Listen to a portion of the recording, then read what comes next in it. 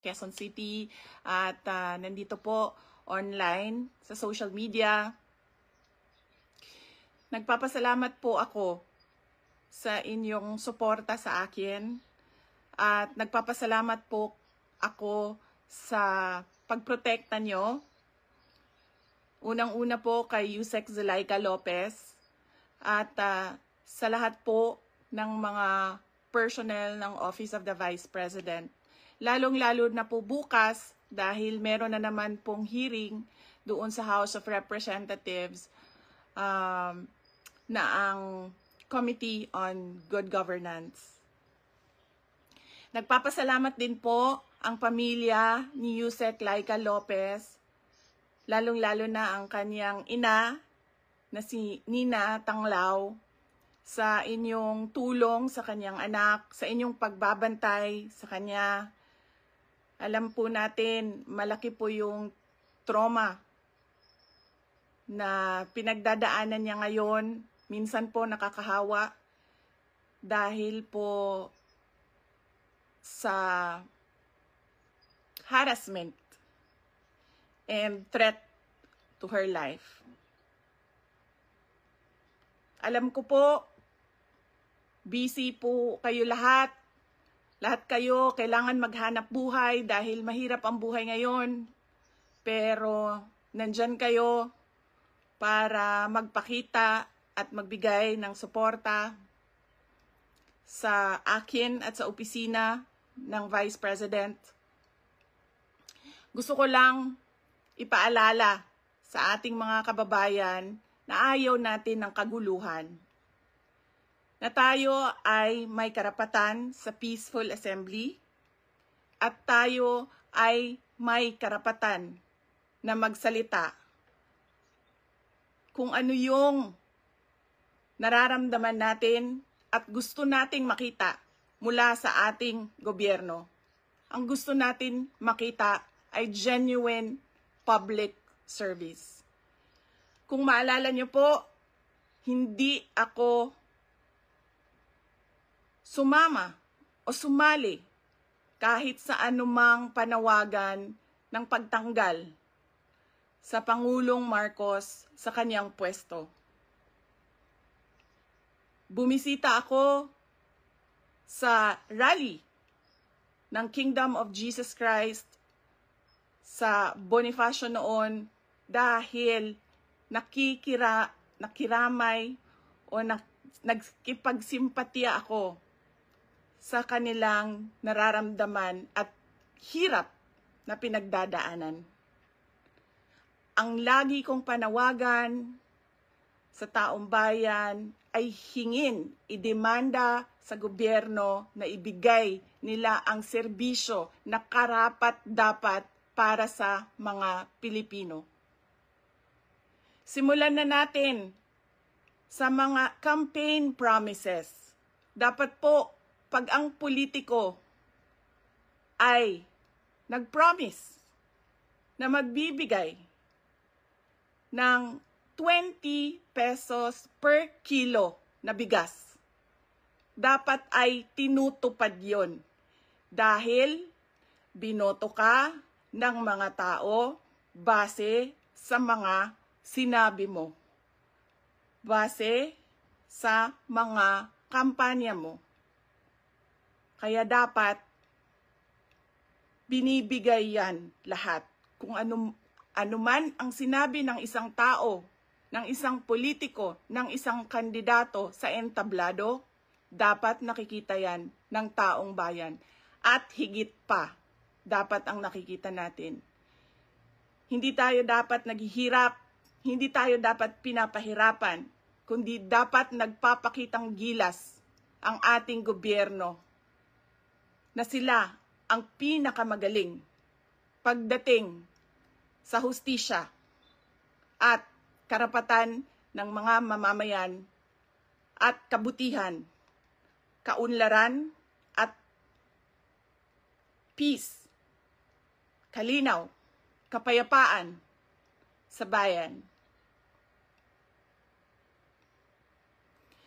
Ulitin ko, dapat hinihingi natin sa ating pamahalaan ang karapat-dapat para sa isang maunlad at mapayapang lipunan. Mga kababayan, nararamdaman ko kung ano yung matagal nyo nang nararamdaman. Sinubukan ko na magtrabaho ng maayos sa Department of Education dahil yun naman ang aking pangako sa inyo. Ginamit ko ang pangalan ko, Sara Duterte, Inday Sara Duterte. Sabi ko sa inyo, trabaho, edukasyon, mapayapang pamumuhay. Pero, anong nangyari? Binastos ang budget, ang Department of Education. Hindi ko na kailangan magbigay ng ebidensya. Nakikita nyo sa General Appropriations Act, simula sa NEP, papunta sa GAB, papunta sa BICAM, papunta sa batas. Nakikita natin yon. Dapat hinihingi natin na matino ang mga namumuno sa atin. Sinabi nila, ako daw ay krung-krung. Ako daw ay baliw. Ako daw ay wala sa tamang pag-iisip. Ano bang sabi ko sa inyong lahat? Psychological test, kahit ano yan, neuropsychiatric test, kahit anong pang test yan. Gagawin ko yan. Dagdagan ko pa ng drug test.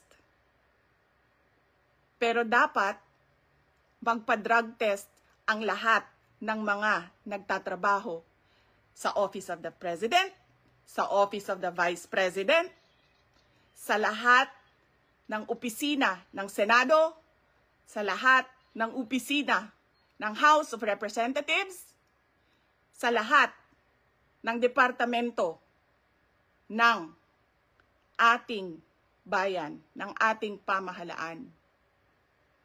'Di ba? Ano pang test ang gusto niyong idagdag ko? Wala na kayong mapuna sa akin. Pinagtatakpan ninyo ang mga kakulangan ng pamahalaan. Ako ang ginagawa ninyong punching bag para hindi napapansin, nakikita, naririnig ng mga tao ang kalokohan, ang korupsyon, at ang katiwalian na ginagawa sa gobyerno.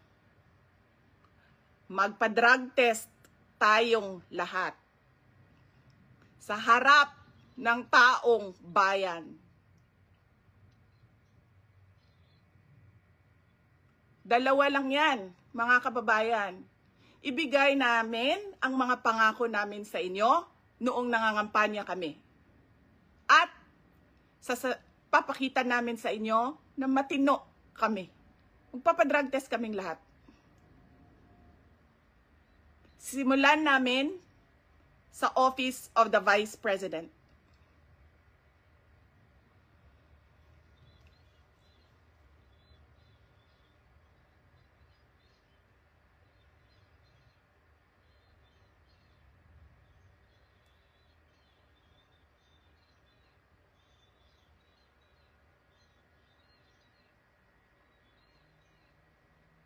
Ayaw nila tayo tigilan dahil hindi tayo sumusunod sa kanila.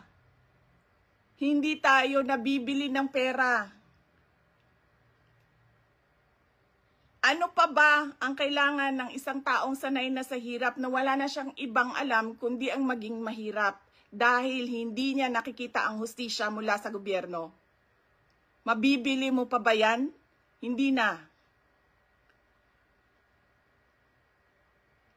Dahil ang tao sanay sa hirap. At mali yun. Mali yun. Na ang taong bayan ay naghihirap.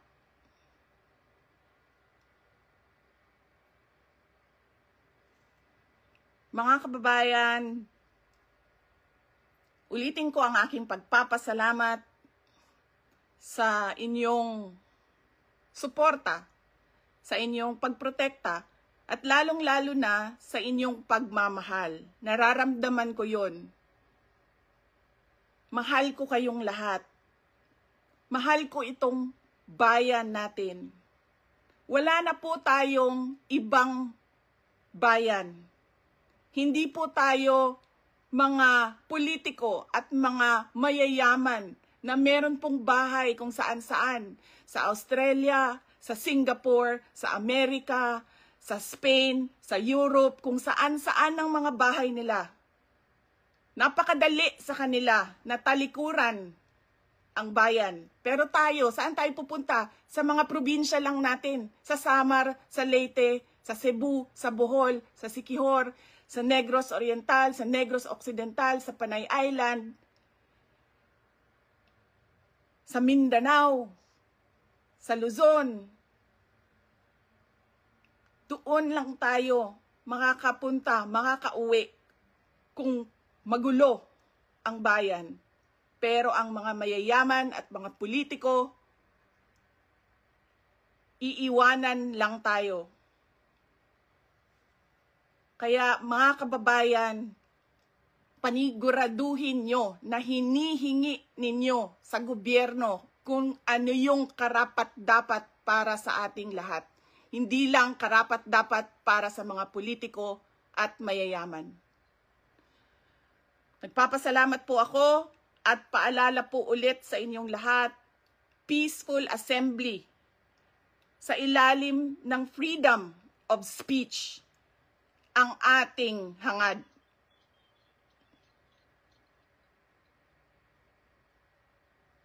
Maraming salamat po. Magandang gabi sa inyong lahat.